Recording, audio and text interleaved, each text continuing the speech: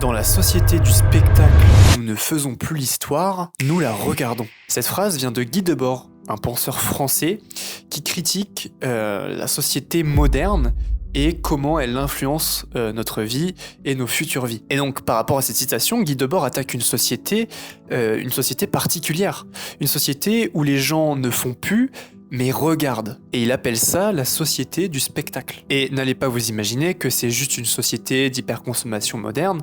Non, c'est pas parce qu'il y a trop d'écrans, qu'il y a trop de technologie qu'il critique ça, c'est bien plus profond. Il part d'une société où les images remplacent la réalité. Et pour comprendre ça, on va partir d'une idée simple. Dans une société, on part forcément du principe qu'elle est gouvernée, dirigée par une personne à haute autorité, donc un dirigeant. Mais Debord, lui, il imagine l'inverse. Donc une société où il n'y a plus du tout de dirigeants et où un système nous dirige, et plus particulièrement l'économie. Donc tout ce qui va être lié à l'argent, la logique marchande et le marché. Et il dit tout simplement qu'il y a un danger. Parce qu'en fait, cette économie qui nous dirige, elle agit en se cachant. Et elle se cache grâce au spectacle.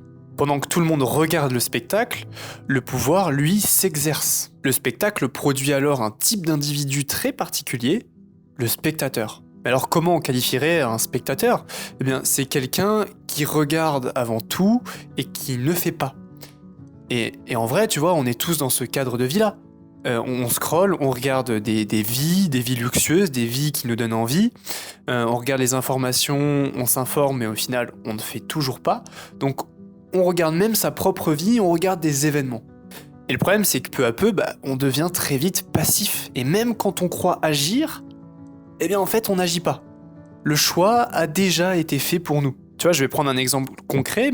Ce TikTok, par exemple, tu pourrais te dire que si tu commentes, si tu likes, tu partages, tu agis. Mais au final, non. Tu restes quand même spectateur parce que c'est moi qui produis et c'est toi qui regardes. Donc, il faut faire attention à cette illusion de faire alors qu'en fait tu regardes. Alors la vraie question que tu peux te poser, c'est est-ce que tu vis directement les choses ou est-ce que tu es en train de regarder ce que tu pourrais vivre ?